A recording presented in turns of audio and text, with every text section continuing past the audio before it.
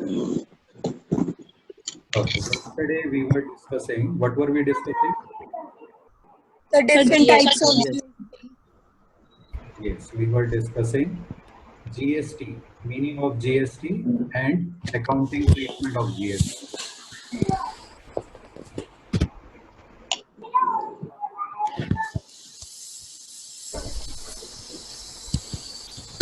Some sounds coming from someone's device.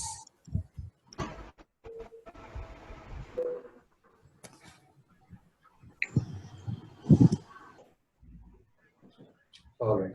So let's do a quick recap of the previous class first. Yesterday we discussed that GST, goods and services tax, is an indirect value-added tax collected by the seller from the customer and deposited with the government, right? Yes, sir. We discussed GST is of two types, interstate and intrastate. In interstate, we use the term IGST, integrated GST. And in case of intrastate, we divide the GST into two equal halves, CGST and SGST. Then we also discussed GST can also be categorized on the basis of purchase and sale. At the time of purchase, the GST is posted to input GST account. And at the time of sale, it is posted to output GST account, output GST. ठीक है। अगर हम इन दोनों कैटेगराइजेशंस को combine करें, you see the third diagram, so GST can be interstate और intrastate. If interstate purchase, then which account will come? Input IGST. Yes, IGST. Yes. If interstate sale is there, then output IGST. If intrastate purchase is there, then input CGST and input SGST. Very good. And if intrastate sale is there, output SGST, output CGST and output SGST. Very good. Then we were discussing, okay, before we discuss further, whatever entries we will discuss further in this chapter or throughout the session related to GST, wherever GST is written, you should understand that in case of interstate transactions, it will be replaced by IGST. But if the transaction is intrastate, then it will be divided into two accounts, CGST and SGST. Clear? Yes, sir. Okay, then we had taken this example. Let me quickly read it out. A farmer sells sugarcane for 100 in cash to a sugar manufacturer. Sugar manufacturer sells sugar for 150 to sweet shop, mithai wala. Mithai wala sells sweets for 250 to customers. Okay. GST rate is 12%. And all transactions are interstate. तो इसकी हम entries discuss कर रहे थे. पहले हमने discuss किया purchase की एंट्री 100 रुपीज में परचेज किया शुगर मैन्युफैक्चरर ने, तो 100 रुपीज का 12%, 12 रुपीज उसने जीएसटी पे किया, तो वो डेबिट हो गया इनपुट आईजीएसटी में. So purchase debit 100, input IGST debit 12 to cash 112. Clear? Sir आपने कहा था कि जो जीएसटी होता है वो एमआरपी के मतलब एमआरपी में जीएसटी इंक्लूडेड होता है. Yes yes. तो सर जो हम परचेज करते हैं उसमें हम जो प्राइस लिखते हैं डेबिट का, वो हम एमआरपी प्राइस नहीं लिखते? नहीं, परचेज के आगे हमेशा अमाउंट आएगा जीएसटी हटाकर. परचेज या सेल के आगे जो अमाउंट आएगा, परचेज अकाउंट या sales account, that amount will be before GST amount. Okay sir, एक बार ये भी एक्सप्लेन करना कि एसेट क्यों होता है इनपुट आईजीएसटी अकाउंट? क्या होता है एसेट, क्यों होता है, ये हमने कल भी डिस्कस किया था. बिकॉज इसका आई थिंक तुमने ही बताया था या किसने बताया था, बिकॉज इसका अमाउंट हमने अभी कस्टमर से कलेक्ट करना है. We have paid, suppose we are doing accounting for the sugar manufacturer, तो शुगर मैन्युफैक्चरर ने टेम्परेरीली इसे पे किया है शुगर फार्मर को 12 रुपीज. लेकिन अपनी पॉकेट से या अपने बिजनेस से नहीं वो पे करेगा. He will recover this amount from his customer. Whenever he will sell his goods, he will recover this amount from his customer. तो ये डेटर की तरह हो गया ना कि उससे अभी अमाउंट हमें मिलना है, कस्टमर से हमें ये अमाउंट अभी मिलना है. Clear? Okay sir. Because I repeat, yes sir. GST is neither an expense nor an income of the business. Business is just collecting it on the behalf of government from the customer and it is depositing with the government. So business का अपना ना ये expense है ना income है. Business firm सिर्फ collect कर रही है customer से और deposit कर रही है government के पास. Then second entry जब उसने sell किया, तो sell किया मिठाई वाला को. Sales उसने की 150 की. Before GST amount is 150. तो sales account के आगे लिखा 150. 150 का 12%. अच्छा, कैलकुलेशंस का एक आपको एडवाइस देना चाहूंगा. Whenever you are doing calculations, try to do simple calculations in your mind. ठीक है? अगर छोटी छोटी कैलकुलेशन भी आप लिख के करोगे तो बहुत टाइम वेस्ट होगा, फिर आपका पेपर कंप्लीट नहीं होगा कभी टाइम पे. ठीक है? तो कोशिश करो मेंटल कैलकुलेशंस करने की, जहां तक आप इजीली कर सकते हो. जहां लगता है डिफिकल्ट है वहां पे फिर लिख के करो. गलत करने से तो बेटर है थोड़ा टाइम लगा लिया जाए. ठीक है? फॉर एग्जाम्पल किसी अमाउंट का 10% निकालना है. So what is the way? 1/10 से मल्टीप्लाई. शाबाश. और कोई शॉर्ट तरीका? सर 1 0 था. सिंपल. लास्ट का 1 0 हटा दो. लास्ट में अगर 0 नहीं है तो लास्ट डिजिट से पहले डेसिमल लगा दो. क्लियर? अगर 1% निकालना है किसी अमाउंट का, 100 से डिवाइड करता हूँ.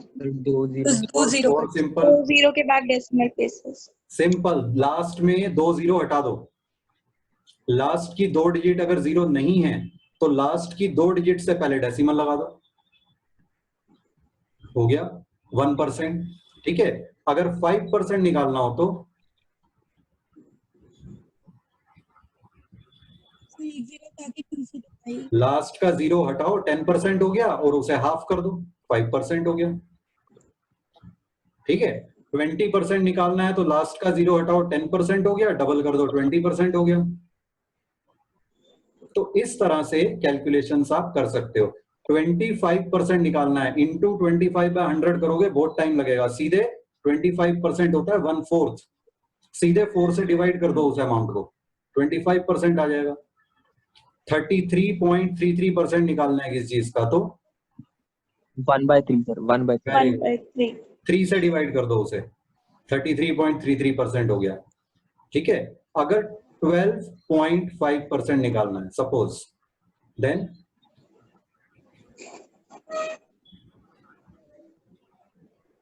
25% कैसे निकालना है? 1/8. 1/8. Yes, 25% is 1/4. तो 12.5 हो जाएगा 1/8. 8 से डिवाइड कर दो, या अगर सीधे 8 से या 4 से डिवाइड करना भी अगर मुश्किल लगता है तो क्या करो, पहले हाफ करो अमाउंट को. 50% हो गया, फिर उसका हाफ करो, 25% हो गया, फिर उसका हाफ करो, 12.5% हो गया. क्लियर?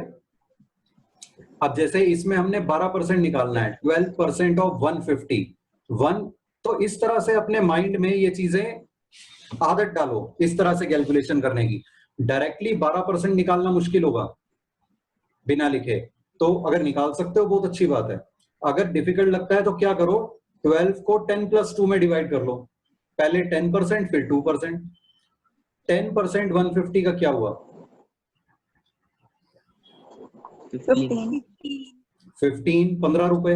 ठीक है? 1% क्या हुआ? सर 1.5. 1.5. 1% अगर 1.5 है तो 2% क्या हुआ? 3. 3 rupees. 3. 10% हुआ 15. 2% हुआ 3. तो 15 + 3 18. 15 + 3 18. सीधे ओरली आपके माइंड में हो गया 18. फटाफट 12%. ठीक है? तो ये तरीके यूज किया करो, इस तरह के कैलकुलेशन सिंपल हो जाएंगी. ठीक है? और ये एक्सपेक्ट किया जाता है आपसे. You are expected to do these type of calculations in your mind. Okay, अब आगे बढ़ते हैं। तो 18 रुपीज उसने आउटपुट IGST कलेक्ट किया कस्टमर से, टोटल 168 रुपीज उसने कस्टमर से मिठाई वाला से लेने हैं, तो मिठाई वाला को डेबिट कर दिया। क्लियर यहाँ तक? Yes sir. Yes sir. अब इसने जो 18 रुपीज कलेक्ट किए हैं, इसके आगे हमारी कल डिस्कशन चल रही थी, जो किसी को कंफ्यूजन थी उसमें, तो वो मैं रिपीट कर रहा हूं। 18 रुपीज कलेक्ट किए हैं, क्या ये 18 रुपीज सारे उसने गवर्नमेंट को पे कर डिपॉजिट करवाने हैं? No sir. नो। 12 वो पहले कर चुका है, 6 कराना है। Very good. 12 वो पहले से ही डिपॉजिट करवा चुका है शुगर केन फार्मर के थ्रू, रिमेम्बर? Yes sir. तो Yes, sir. वो वाले 12 रुपीज पहले ये एडजस्ट कर लेगा। एडजस्ट कैसे करेगा? ये थर्ड एंट्री देखो, output IGST account debit to input IGST account 12 rupees. इससे क्या हुआ? ओके सर, समझ इनपुट गया। IGST में जो लाइबिलिटी debit खत्म हो गई और हाँ बोलो बेटा। सर आउटपुट IGST की जो थोड़ी सी लाइबिलिटी थी वो खत्म कर दी 12 की, और हमने ले लिया यस, अपनी डेटर खत्म कर दिया इनपुट का। हाँ, इनपुट IGST में 12 रुपीज का डेबिट बैलेंस था, वो क्लोज हो गया आप क्रेडिट करने से। आउटपुट IGST में 18 का क्रेडिट बैलेंस था, 12 से डेबिट कर दिया, तो अब इसमें 6 रुपीज का क्रेडिट बैलेंस रह गया। यहां तक समझ में आया? Yes, sir. अब ये सर पर वाले कहीं भी कैश में क्यों नहीं जा रहा? कि हमने रुको भी तो कैश से दिया था। रुको, यहां तक समझ में आया? पहले ये बताओ। Yes sir. Yes sir. ठीक सर है, इनपुट IGST को क्रेडिट क्यों किया है? क्योंकि उसे क्लोज करना है एडजस्ट करके। एसेट था ना वो डेटर। Collect sir. करना था कस्टमर से, कलेक्ट हो गया, आप क्लोज कर रहे हैं उसे। Okay sir. ठीक है, now 6 rupees is the amount that has to be paid to the government. तो गवर्नमेंट को पे करने के लिए GST में एक इलेक्ट्रॉनिक कैश लेजर अकाउंट होता है। पहले इसके थ्रू आपका balance output IGST account close हो जाता है। ठीक है, इसको आप समझ लो किसी ऑनलाइन वॉलेट की तरह। है नहीं ये online wallet, I am repeating, online wallet नहीं है ये, लेकिन एंट्री समझने के लिए आप उसकी तरह समझ सकते हो कि GST की पेमेंट होती है इलेक्ट्रॉनिक कैश लेजर अकाउंट के थ्रू। ठीक है, इलेक्ट्रॉनिक कैश लेजर के थ्रू। ये GST का एक स्पेशल अकाउंट होता है जो गवर्नमेंट ने आपने रजिस्टर किया होता है। तो गवर्नमेंट ने आपके लिए हर GST रजिस्टर्ड यूजर के लिए एक इलेक्ट्रॉनिक कैश लेजर अकाउंट होता है उसका। ठीक है, तो आउटपुट IGST अकाउंट में जो 6 रुपीज का क्रेडिट बचा था, उसे अब हमने डेबिट करके क्लोज कर दिया और अमाउंट डाल दिया इलेक्ट्रॉनिक कैश लेजर अकाउंट में। क्लियर? सर पर इलेक्ट्रॉनिक कैश क्यों क्रेडिट होगा सर, ये समझ में आया। क्योंकि GST की पेमेंट इसी के थ्रू होती है, डायरेक्टली नहीं होती। सर नहीं, मतलब आउटपुट IGST में तो जो लाइबिलिटी थी वो माइनस होके डेबिट हो गया, हाँ, क्लोज हो तो गई। अब क्रेडिट, तो सर अब इलेक्ट्रॉनिक कैश लेजर का क्रेडिट का एक बार मॉडर्न रूल के हिसाब से रीजन बताना। क्योंकि ये मतलब क्या हमारा चीज है, आइडेंटिटी क्या है? Electronic cash laser is a personal account. ठीक है, इसको हम, ये टेम्परेरी अकाउंट है कि उसमें हमने एक लाइबिलिटी है, ये भी एक तरह से, कि अभी हमने अमाउंट इलेक्ट्रॉनिक कैश लेजर में डाल दिया है, पेमेंट अभी करेंगे, तो इन अ वे आप देखो एक लाइबिलिटी दूसरी लाइबिलिटी में कन्वर्ट हो रही है अभी सिर्फ इस एंट्री में। Output Okay. IGST से वो इलेक्ट्रॉनिक कैश लेजर में चला गया, मतलब ये हमारी Okay, पेमेंट की प्रोसेस स्टार्ट हो गई GST की। सर डायरेक्ट पेमेंट नहीं कर सकते, मतलब आउटपुट IGST से कि एकदम डायरेक्ट पेमेंट हो जाए? नहीं कर सकते। Okay sir. ठीक है, ये गवर्नमेंट का रूल है, फॉलो करना है सबको। Okay sir. ठीक है, उसका रीजन एक और ये भी हो सकता है कि इलेक्ट्रॉनिक, अभी डायरेक्टली आप पेमेंट करते जाओगे तो हो सकता है रिकॉर्ड रखना मुश्किल हो जाए। ठीक है, लेकिन एक इलेक्ट्रॉनिक कैश लेजर के थ्रू गवर्नमेंट के पास भी और आपके पास भी इलेक्ट्रॉनिक कैश लेजर आप कभी भी अपना ओपन करके देख सकते हो। तो पिछले कितने भी टाइम की आपकी कब कब आपने कितना GST पे किया, सारी डिटेल्स आपको उसमें दिख जाएंगी। तो ये एक एडिशनल लेयर है पेमेंट में। उसके बाद electronic cash ledger account debit to bank account 6 rupees, ये हो गई पेमेंट। ठीक है, तो पेमेंट की दो एंट्रीज हैं। नेट इफेक्ट वही आ रहा है, आउटपुट आईजीएसटी टू बैंक, अगर दोनों का कंबाइंड इफेक्ट देखें, लेकिन करना दो एंट्री के थ्रू है। Output IGST to electronic cash ledger, electronic cash ledger to bank, दोनों एंट्री सेम डेट में सेम टाइम पे होंगी, एक के बाद एक। तो इलेक्ट्रॉनिक कैश लेजर अकाउंट सिर्फ कुछ मिनट के लिए बुक में आया और चला गया। Is it clear? Are these entries clear? हाँ सर, वो लास्ट हमारा वाली लास्ट वाली बोलो क्या? एक भी रिपीट करना, लास्ट वाली एंट्री। बैंक से पेमेंट चली गई जीएसटी की, लेकिन वो तो हमने इलेक्ट्रॉनिक कैश लेजर के थ्रू कर दी थी। इलेक्ट्रॉनिक कैश लेजर में अमाउंट होगा तभी तो उससे पेमेंट जाएगी ना। सपोज आपने पेटीएम में के थ्रू करनी है कोई पेमेंट, तो पहले पेटीएम में बैलेंस भी तो ट्रांसफर करना पड़ेगा ना, अगर बैलेंस जीरो है तो तभी तो वो पेमेंट जाएगी। Yes sir. ठीक है, तो वैसा सा ही कुछ कॉन्सेप्ट है, लेकिन I am repeating again, do not compare it with an online wallet. Paytm की तरह नहीं है ये, सिर्फ समझने के लिए उसका एग्जांपल लिया है, उसकी तरह नहीं है इलेक्ट्रॉनिक कैश लेजर। सर हम इलेक्ट्रॉनिक कैश लेजर को लाइबिलिटी ट्रीट कर सकते हैं कि फोर्थ वाले पॉइंट में उसकी लाइबिलिटी बढ़ रही है और फिर उसने लाइबिलिटी माइनस हो गया तो डेबिट हो गया। बिल्कुल बिल्कुल क्लियर। Excuse me sir. हाँ जी बोलो। सर हमने जो देना था उसके तो हमने ट्रांजैक्शंस कर ली, बैंक से निकाल ली, पर बैंक में जो 12 रुपए सर डेबिट होने थे उसकी तो नहीं है ना हमारे पास। 12 रुपए डेबिट होने थे? कौन से डेबिट होने थे? सर जो हमने उससे लिए थे कस्टमर से। हाँ देखो, कस्टमर से हमने 18 रुपीज लिए थे, ठीक है, तो वो तो हम उससे लेंगे ना, जब भी वो पेमेंट करेगा वो 168 रुपीज हमने उसके अकाउंट में डाल रखे हैं, तो वो तो हमें मिलेंगे ही जब भी वो पेमेंट करेगा। हमने उसे उधार दिया है, वो हमारी मर्जी है, लेकिन गवर्नमेंट का उधार नहीं रख सकते हम, गवर्नमेंट को तो पेमेंट साथ के साथ करनी है। ये जनरली एवरी मंथ एंड होती है, मंथली बेसिस पे जीएसटी की पेमेंट होती है। पूरे मंथ में जितनी भी जीएसटी ट्रांजैक्शन होती गई, सेल परचेज की एंट्री होती जाएगी। ये सेट ऑफ वाली और पेमेंट वाली एंट्री मंथ के एंड में एक ही बार होगी, सारे अमाउंट्स की कंबाइन करके। ओके सर, ठीक सर है, हमने सेट ऑफ कर दी। ठीक है सर। ओके ओके क्लियर, लिख ली ये सब Yes, sir. एंट्री। लास्ट वाली एंट्री में जो नरेशन लिखी है रिमेनिंग बैड डेट्स सर, वो बताना क्या है? नहीं नहीं ये गलत है, ये बाय मिस्टेक है, इसे करेक्ट कर लो, ये नहीं आएगा। पार्ट एम, ये कोई ऊपर वाली नरेशन मैंने गलती से कॉपी कर दी। This should be GST paid, ठीक है, इसको करेक्ट कर लेना। Return all these entries. Yes it's good you noticed and pointed it out, ये एक मिस्टेक थी, इसमें करेक्शन कर लेना। ठीक है, साथ साथ लिखते रहा करो जो भी मैं डिस्कस कर रहा होता हूँ। ठीक है, अब आपको एक सर इसका मतलब जो शुगर मैन्युफैक्चरर है जी,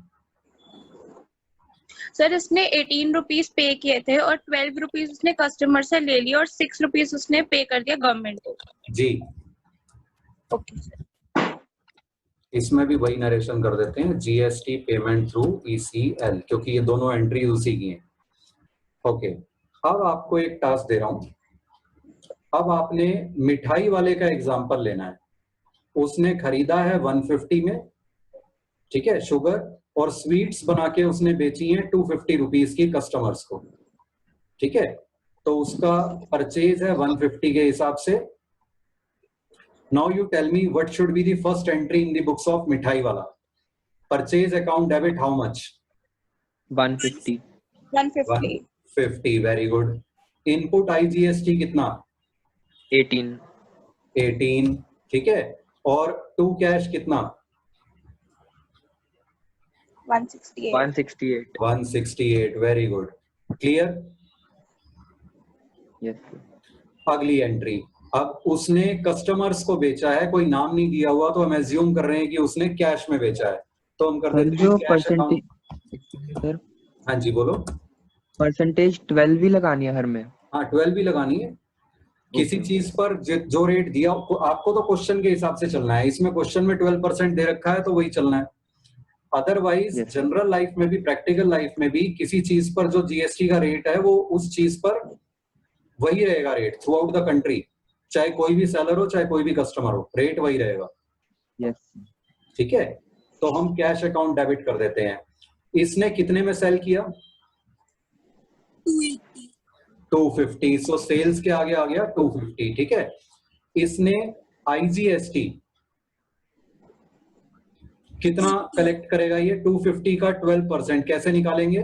पहले 10% निकालो 250 का, बताओ। 25 25 1%, 2.5 सो 2%, 5 रुपीज 5, 30 रुपीज हो गया। तो 30 रुपीज हो गया। देखा कितना सिंपली हो गया। अदरवाइज आप 12% इसका निकालोगे लिख के तो बहुत टाइम लगेगा। तो सीधे 30 रुपीज आ गया GST. That means yes sir cash collected is how much? 280। 280। Clear यहां तक? Yes Yes, sir Yes, sir. Okay, then Saksham ने हैंड रेज किया था, फिर लोअर कर लिया, गलती से किया होगा। ओके, फिर अब देखो आउटपुट आईजीएसटी और इनपुट आईजीएसटी कितना एडजस्ट करना है? 30 कलेक्ट किया है, पे किया था 18, तो एडजस्ट कितना करना है?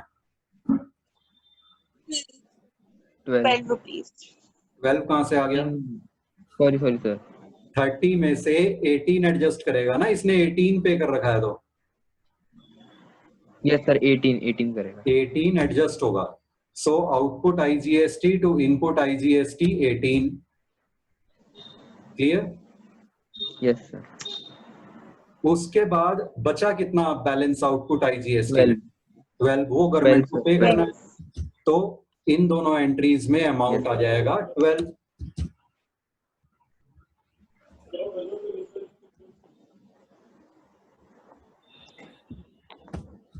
Is it clear?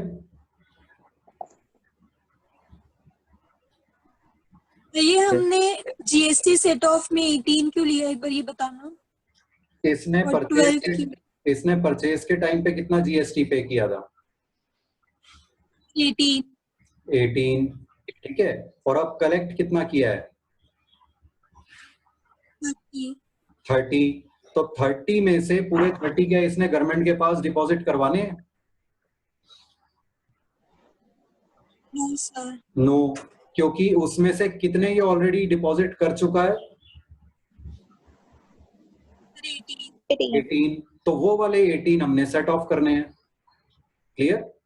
सर इसका मतलब आउटपुट आईजीएसटी में इसके पास लाइबिलिटी 30 रुपीज की थी और लाइबिलिटी 18 रुपीज की कम हो जाएगी क्योंकि इसने ऑलरेडी पे कर दिया है। और Very good. इनपुट आईजीएसटी में इसके पास एसेट 18 रुपीज का था और अब वो कम हो गया है। अब वो क्लोज हो गया।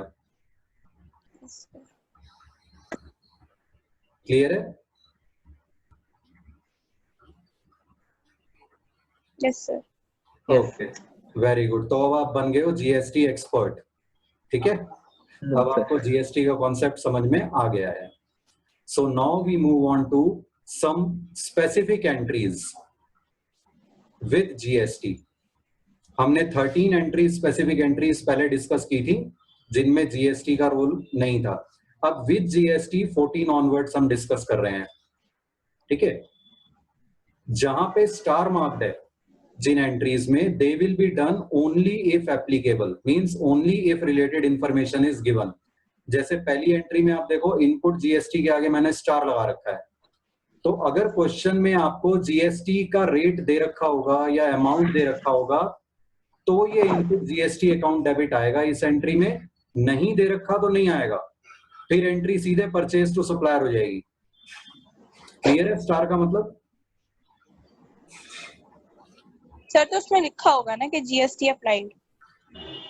क्वेश्चन में अगर आपको जीएसटी दिया हुआ है रेट की टर्म्स में या अमाउंट की टर्म्स में, तब आप एंट्री में इनपुट जीएसटी लिखोगे, आईजीएसटी या सीजीएसटी, एसजीएसटी, व्हाटएवर। अगर क्वेश्चन में आपको जीएसटी का अमाउंट भी नहीं दिया हुआ, रेट भी नहीं दिया हुआ, तो आप अपनी तरफ से इनपुट जीएसटी नहीं लिखोगे एंट्री में।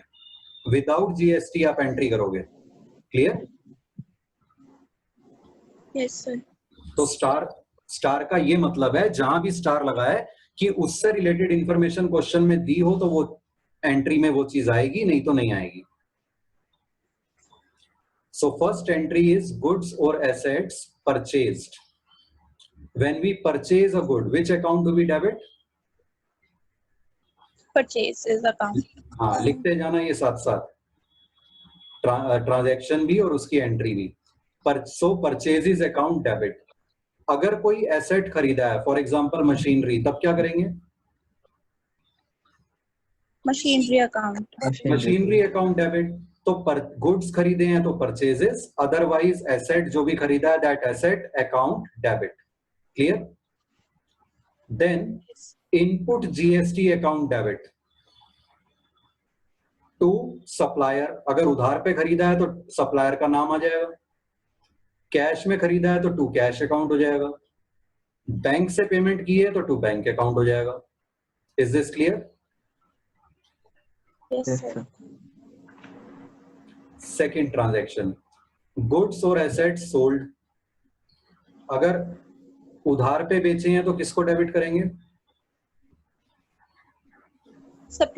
वो डेटर. डेटर या कस्टमर का जो नाम दिया होगा. अगर नाम नहीं दिया तो हम कस्टमर लिख देंगे. सप्लायर का नाम नहीं दिया हुआ लेकिन लिखा हुआ है कि क्रेडिट पे खरीदे हैं तो सप्लायर लिख देंगे. ठीक है, यहाँ पे कस्टमर लिख देंगे अगर नाम नहीं दिया हुआ लेकिन ये मेंशन्ड है कि क्रेडिट पे है. If we have received cash, then we will debit cash account. If we have received the amount in bank account, we will debit bank account. Credit किसको करेंगे अगर गुड सेल किए हैं? सेल्स. To sales account. और अगर कोई asset बेचा है, सपोज फर्नीचर, तो furniture account. To furniture account. ठीक है, तो ये हो गया टू सेल्स और एसेट अकाउंट. एंड टू अगर जीएसटी भी दे रखा है तो टू आउटपुट जीएसटी अकाउंट. यहां तक clear? Yes. Now I repeat, जितनी भी सेल और परचेज की एंट्रीज हैं पूरा मंथ होती रहेंगी. हर एंट्री के बाद हमने जीएसटी सेट ऑफ करके पे नहीं करना. डेली बेसिस पर नहीं करना, एंट्री बेसिस पे नहीं करना. पूरे मंथ सिर्फ ये सेल परचेज की जितनी भी एंट्रीज होंगी वो एंट्रीज होती रहेंगी. At the end of month, we will pass entry for setting of GST and payment of GST. Is it clear? Yes, sir. इसीलिए यहाँ पे मैंने स्पेसिफाई भी किया है at the end of month. ठीक है, ये सेटिंग ऑफ वाली भी और पेमेंट वाली भी एंड ऑफ मंथ आएंगी. तो सेटिंग ऑफ की एंट्री अभी हमने डिस्कस की, output GST account debit to input GST account. Amount क्या आएगा? इनपुट या जो पे कर चुके हैं. जो पे कर चुके सर. आप ध्यान से सुनो, अमाउंट क्या आएगा? विद इनपुट और output GST balance which ever is less. Input GST या आउटपुट जीएसटी जिसमें भी बैलेंस कम होगा वो अमाउंट, उस अमाउंट से ये एंट्री होगी. ये लिख लो. सर आउटपुट जीएसटी लॉस में बेचे कम कैसे हो सकता है? Have you written? लॉस में बेचे. Yes, sir. Have you written this? First tell me. Yes, sir. Yes, sir. Okay, now let us understand. हमने जो दो एग्जाम्पल अभी लिए थे, शुगर इंडस्ट्री वाले, मिठाई वाला, इसमें क्या था? शुगर इंडस्ट्री में उसने पे कर रखा था, इनपुट में बैलेंस था 12, आउटपुट में था 18, तो लेसर अमाउंट कौन सा था? 12, उससे हमने एंट्री कर दी. क्लियर यहां तक? Yes, sir. Yes, sir. फिर हमने एग्जाम्पल लिया मिठाई वाला का. इसने पे किया था 18, इनपुट में बैलेंस था 18, आउटपुट में बैलेंस था 30. अगेन लेस था इनपुट वाला. जनरली इनपुट वाला ही लेस होगा. ठीक है, इनपुट वाला लेस था तो 18 रुपीज से हमने सेट ऑफ कर दिया, बाकी का पे कर दिया. यहां तक clear? Yes. Yes, sir. But sometimes situation may be different. Suppose इसने, अब इसको एग्जांपल को मैं थोड़ा चेंज करता हूं, 150 रुपीज की परचेज की. ठीक है, और अभी इस महीने में इसकी सेल कुछ ज्यादा नहीं हुई है. इस महीने में लेट अस से इसकी सेल हुई है ओनली 100 रुपीज. तो 100 रुपीज पे इसने कलेक्ट कितना किया? 12 रुपीज. 12 रुपीज. इसका मतलब टोटल कैश कितना लिया है इसने? 112. यहां तक क्लियर? यस यस अब इसको बहुत ध्यान से समझना। 12 रुपीज इसने, सपोज पूरे मंथ में इसकी सेल परचेज की यही दो ट्रांजैक्शन है। सेल में इसने 12 रुपए जीएसटी कलेक्ट किया है जो आउटपुट जीएसटी में है, 18 रुपीज इसने पे कर रखे थे। अब 12 में से 18 तो एडजस्ट कर नहीं सकता। Getting my point? अगर 12 रुपीज कलेक्ट हुए हैं तो उसमें 18 तो एडजस्ट नहीं हो सकते ना पे किए हुए। ज्यादा से ज्यादा आउटपुट जीएसटी में कितना इनपुट जीएसटी एडजस्ट हो सकता है इस केस में? जितना आउटपुट जीएसटी में बैलेंस है 12 रुपीज, तो 12 रुपए इसने एडजस्ट कर दिए। अब हुआ क्या? सर पे क्या करेगा गवर्नमेंट को? बेटा एक स्टेप सुन लिया करो पहले। Okay sir. या बाद वाला पहले बता दूं, पहले वाला बाद में सुनोगे? सॉरी थोड़ी पेशेंस रखा करो। या तो मैं रुक गया हूं बता के और आगे बता ही नहीं रहा, तब तुम पूछो आगे क्या होगा। अभी एक स्टेप बता रहा हूं, उसके बीच में ही तुम आगे का पूछ रहे हो। इस तरह से कंफ्यूजन हो जाती है सबको। एक एक स्टेप के बाद इसीलिए मैं पूछ रहा हूं is it clear, is it clear? यहां तक अब बताओ क्लियर हुआ? 12 रुपए एडजस्ट कर दिए। Yes sir. इससे आउटपुट आईजीएसटी में जो 12 रुपीज थे, आउटपुट आईजीएसटी का अकाउंट तो हो गया क्लोज। क्लियर? Yes sir. ठीक है। और बीच में पूछने से ना एक ये भी प्रॉब्लम होती है, मैं अभी वो बताने पे आ जाऊंगा आगे वाला, तो ये जो चीज एक्सप्लेन करनी थी बीच में वो मिस हो जाएगी। आउटपुट आईजीएसटी हो गया क्लोज। इनपुट आईजीएसटी में 18 का बैलेंस था, 12 क्रेडिट हो गए। अब कितने रह गए?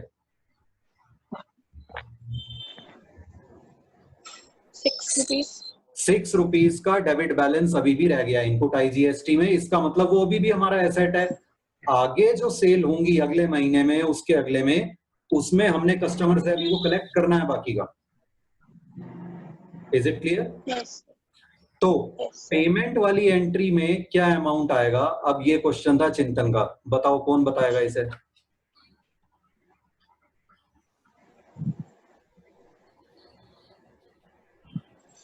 इतना सोचना पड़ रहा है। पेमेंट वाली एंट्री होगी ही नहीं। जब हमने जीरो बोला था ना मैंने। जब हमने पे ज्यादा कर रखा है और कलेक्ट कम हुआ है अभी, तो अभी पे कुछ करना ही नहीं, तो ये पेमेंट वाली एंट्रीज उस केस में आएंगी ही नहीं। क्लियर? Yes sir. तो नेक्स्ट मंथ जब भी हम नेक्स्ट मंथ जब और कलेक्ट हो जाएगा और कलेक्ट हुआ अमाउंट उस मंथ के भी पेड और ये 6 रुपए से भी एक्सीड करेगा, तब हम बैलेंस अमाउंट पे कर देंगे। क्लियर? Okay sir. तो मतलब हर महीने जीएसटी पे करना कंडीशन पे डिपेंड कर सकता है? बिल्कुल बिल्कुल। मतलब पेमेंट अगर एक्सेस हुई हो तो फिर क्रेडिट ना करना इलेक्ट्रॉनिक कैश लेजर। अगर पेमेंट ज्यादा हुई है, इनपुट में ज्यादा है आउटपुट में कम है, तो उस मंथ में पेमेंट नहीं करनी जीएसटी की। ठीक है, यहां तक क्लियर? Yes sir. अभी हम यहीं पे रुकेंगे for today. Any doubt anyone?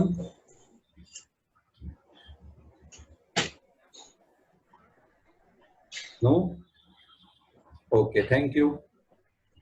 Thank you.